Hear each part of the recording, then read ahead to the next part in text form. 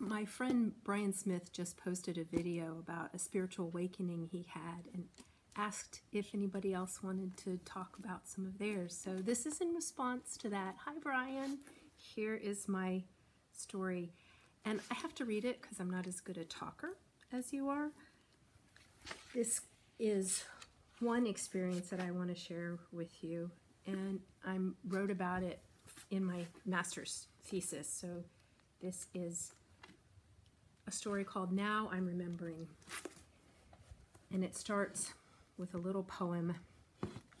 Memories are flighty things, like dreams. They align through logical whimsy, it seems. Like clouds spring real, yet are, in truth, rather flimsy. With a gasp, I awake. I'm not in my own bed. My heart is pounding with the realization of what I've done. I feel the tension in the room of the temporary truce as I sneak down the hall. I reach for the rail and use it to stabilize my descent. I stay close to the wall to avoid the creak of a step and detection. At the bottom, I don't look so that I won't be seen. The threats were clear.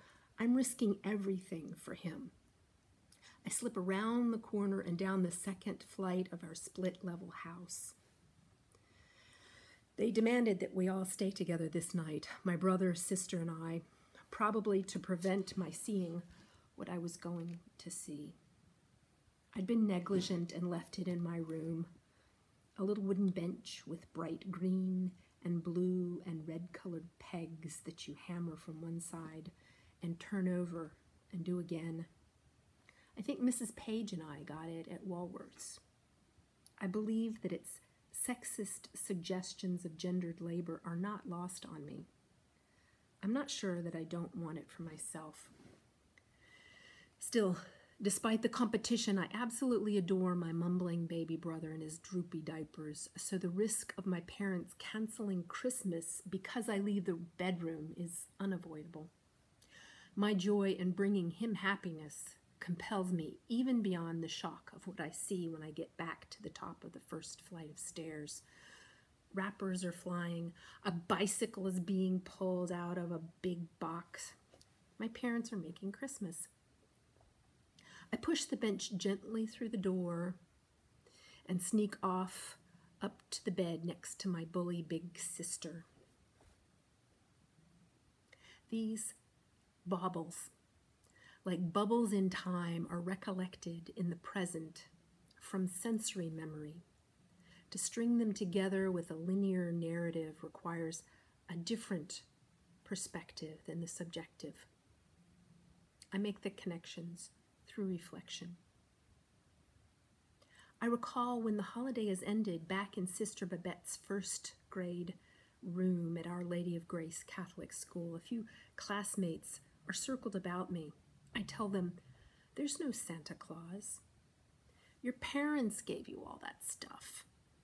Following a natural dismissal of all imaginary bearded white men who punish and reward. There's no God either. That's just make-believe. One boy is clearly distressed. His eyes bug out a bit, and his head juts forward, and there is two, he says. Yeah? Well, where did he come from? Mary, his jaw trembles. That's his son, Jesus, I stab home. There is no God. He runs off crying. Sister Babette looms over in a swirl of black robes and removes her little Nietzschean into isolation. I often spend time alone. My sister constantly picks on me. My mother tells me that when I was a baby, she used to tip over my crib and put pillows over my face. At 2 years and 9 months, she wasn't ready to give up center stage.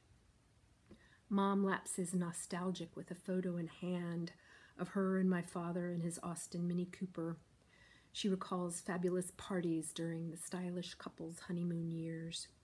There were openings for artists at her gallery, race weekends and country club affairs.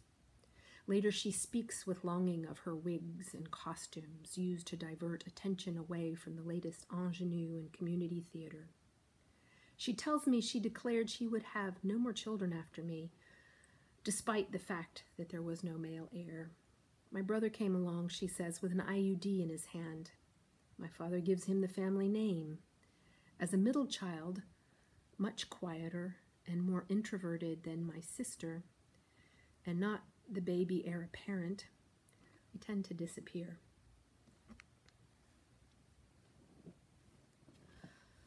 Forsaken, down in the basement, safe from my sister's abuses. I am my own abyss.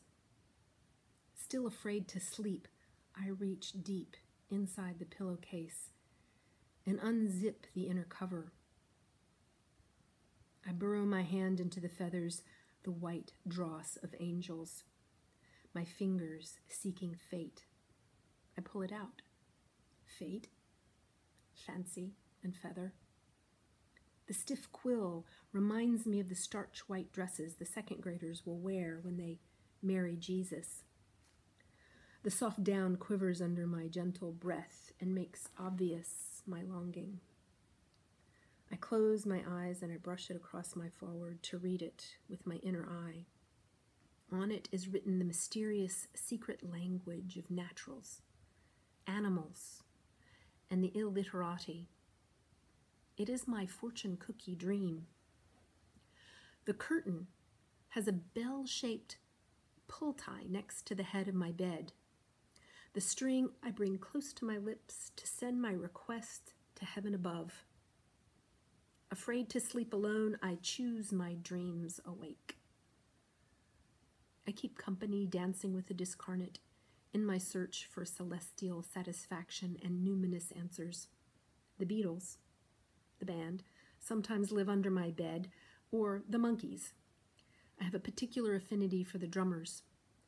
The others all have girlfriends. I discover the answer to a puzzle shaped like a clock.